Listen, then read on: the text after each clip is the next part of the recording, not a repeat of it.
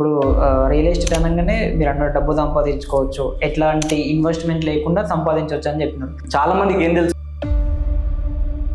Either plot కావచ్చు, land కావచ్చు, flat కావచ్చు, కొనడం అమ్మడం, అంటే అమ్మడం వల్లనే ఇన్కమ్ వస్తుంది.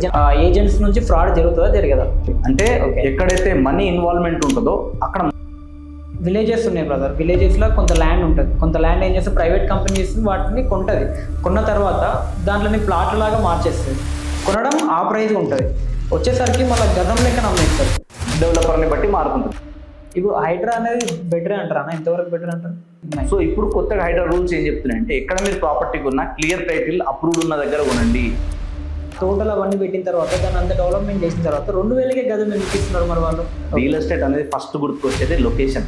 మరి మెయిన్ రోడ్కి అంత దగ్గర ఉన్నప్పుడు, హైవేకి అంత దగ్గరలో ఉన్నప్పుడు, హైవేకి దగ్గర ఉన్నంత మాత్రాన 1 కిలోమీటర్ ఉన్నంత మాత్రాన రేట్లు పెరగవు. వాళ్ళ దగ్గర నుంచి వింటున్న విషయం ఏంటంటే పడిపోయింది, రేట్లు తగ్గిపోతున్నాయి.